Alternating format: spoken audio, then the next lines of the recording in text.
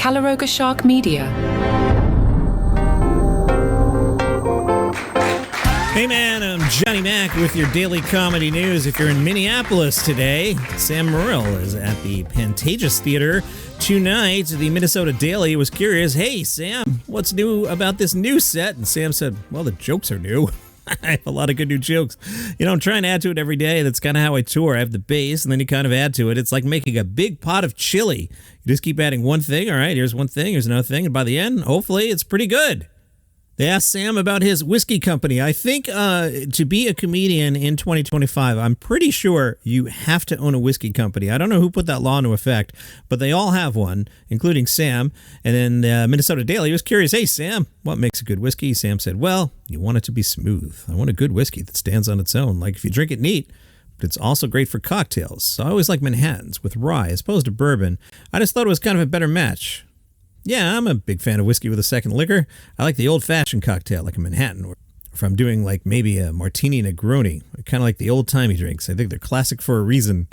New topic. Sam, were you surprised you weren't in Joker 2? Sam said, you know what? I was just grateful to be in the first one. I think Todd Phillips is a really cool guy, and he was really nice to meet always. And I mean, the fact that I kept my name in the first one made no sense. It was just Todd being cool. One more time for Sam Morril. I think it's hilarious that I exist in the DC universe.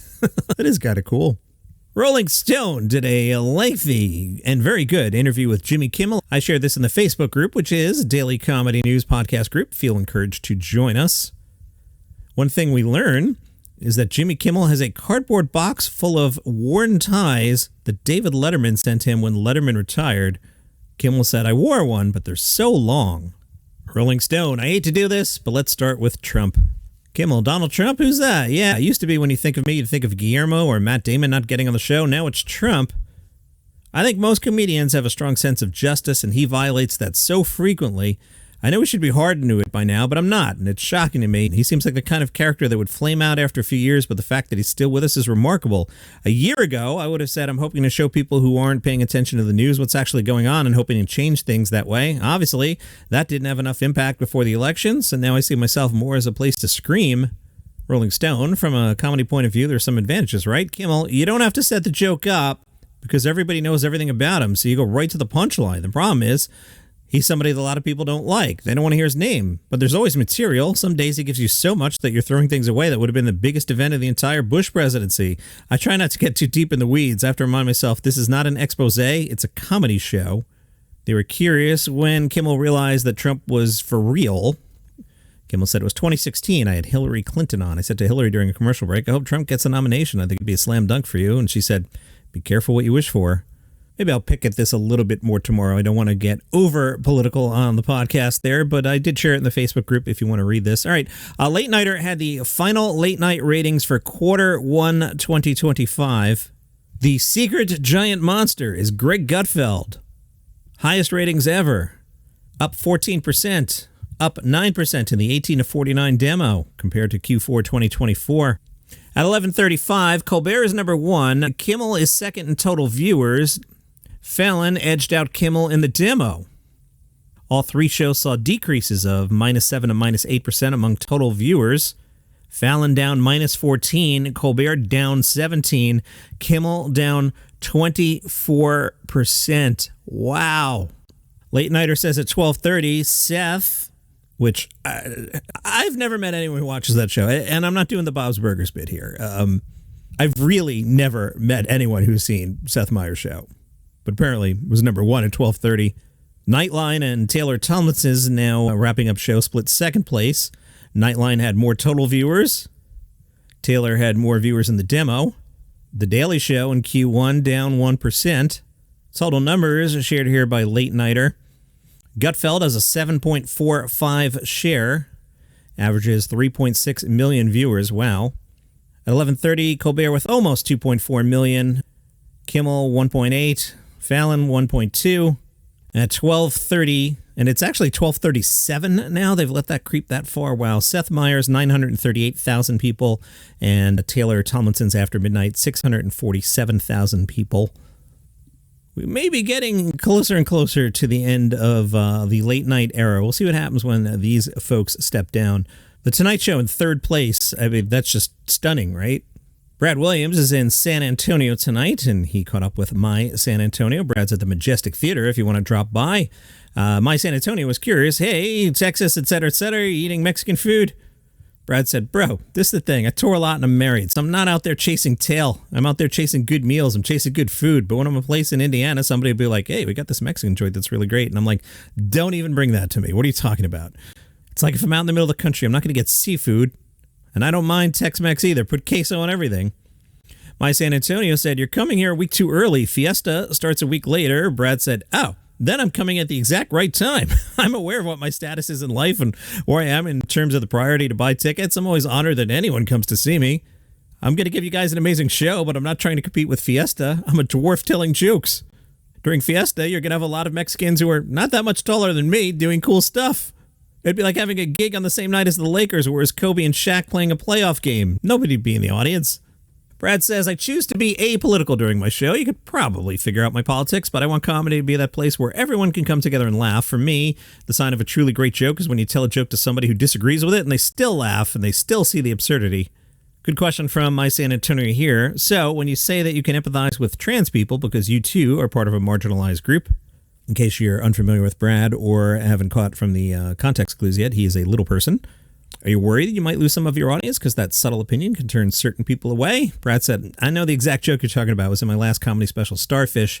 The joke was about the Bud Light controversy. When I told it, I got a laugh from the audience, but I didn't like where the laugh was coming from. It was like punching down. As a dwarf, you don't really want to punch down, so I rewrote the joke. That's the beautiful part of being in comedy. You have friends of every type of gender, sexual orientation, race, and religion who will tell me where the sweet spot is for a joke. As a dwarf, I've been the butt of a lot of jokes, but I'm fine with them as long as they're funny and as long as they're creative. MSN caught up on a viral Instagram clip that is doing well with the Indian American community. In it, Nimesh says, who even asked us to come here? Indians didn't just show up in the 70s and 80s. No, we've been around for over a century, since the 1800s to be precise. We were looking for Christopher Columbus. We heard he was looking for us. Are you in Miami? Go see T.I. He's performing some comedy tonight at the Miami Improv Comedy Theater. T.I. says, it's a freedom, it's therapeutic. In my music, I'm serious because it comes from a very serious part of my life, and that's probably the escape that I get in comedy because other things are so serious and heavy in the music, and now I can get out and tell a whole other side of the same experiences. T.I. is working on a venture called In the Trap, which will feature up-and-coming acts similar to Comic View or Def Comedy Jam. T.I. says, if you're not making it to a Netflix special, there's no really other place for comics to be seen. At the Moontower Comedy Festival in Austin, the website listing, if I counted correctly, 34 shows. I won't read all 34, but let's just see what's going on. Industry Showcase at the Creek in the Cave at 6 o'clock. That's the kind of thing I like to attend because that'll give you a sense for who's next. That John Goblikon guy is back. He's got the Sklar Brothers at 6 o'clock.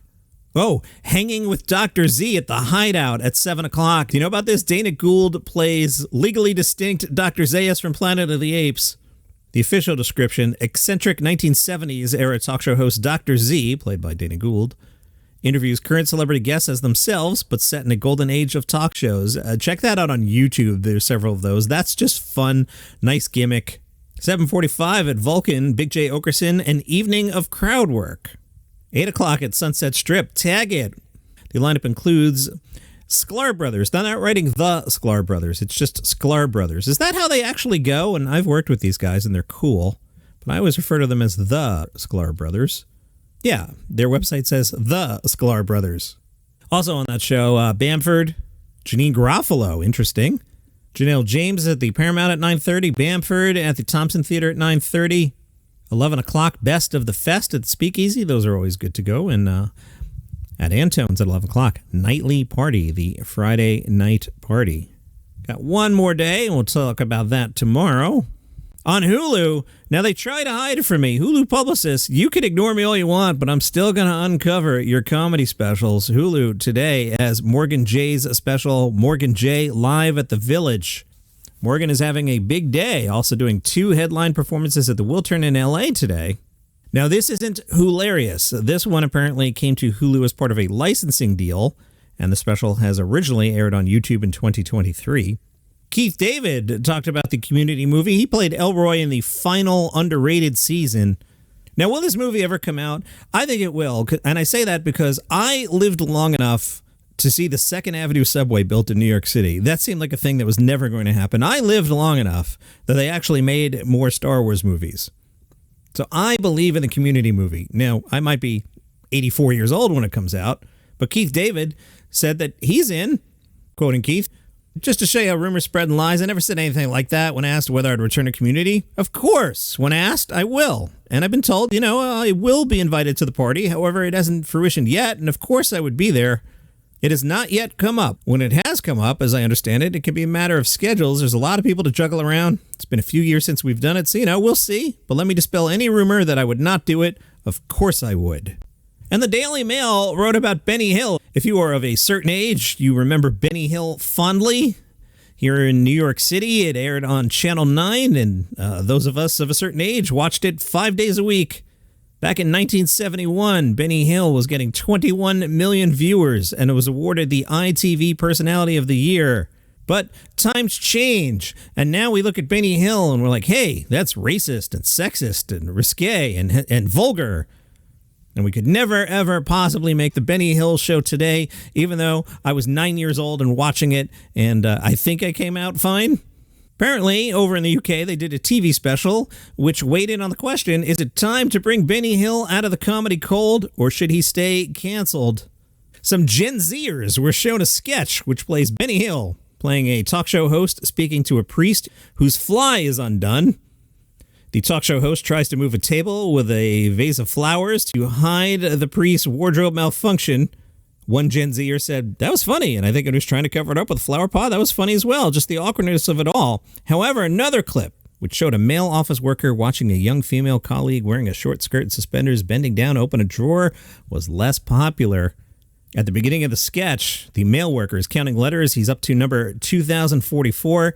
However, after he's distracted by his lecherous gazing at the secretary, he realizes he's lost count and has to start again. One of the Gen Zers said, the fact that was on TV in prime time is insane. Another Gen Zer said, if that came up while you're watching TV with the family, it would definitely be weird. No, wouldn't. Really wouldn't.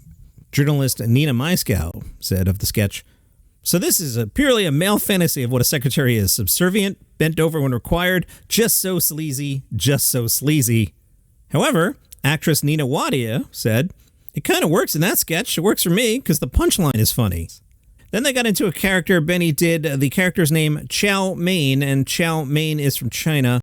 I do not recall this sketch. One of the Gen Zers said, that wouldn't fly today, I don't think. Another said, that caught me off guard, to be honest. I wasn't expecting that. A third said, that accent and him squinting his eyes, and that was really bad. One of the jokes Chow Mein makes is he is speaking, says the word election in a stereotypical accent, so the word comes out as erection. One of the Gen Zers said, so the humor with the miscommunication I think was actually quite funny, but that the miscommunication was because of race is what made it unfunny. You can't have that both ways. Is it funny or not? Let me read that back. So the humor with the miscommunication, I think, was actually quite funny. Towards the end of the Benny Hill show run, they toned down the Hills Angels. Those were some attractive women who would appear on the show. Some critics thought the Benny Hill show had lost its spark. By 1984, it was canceled. Benny filmed an American show in 1991 titled Benny Hill's American World Tour, but his health was declining. In February 1992, Benny Hill suffered a heart attack and was visited in the hospital by Michael Jackson. Michael Jackson apparently was a huge fan of the Benny Hill show. Benny Hill was found dead in April of 1992, sitting on his couch, watching TV. He was 68 years old. That's your comedy news for today. See you tomorrow.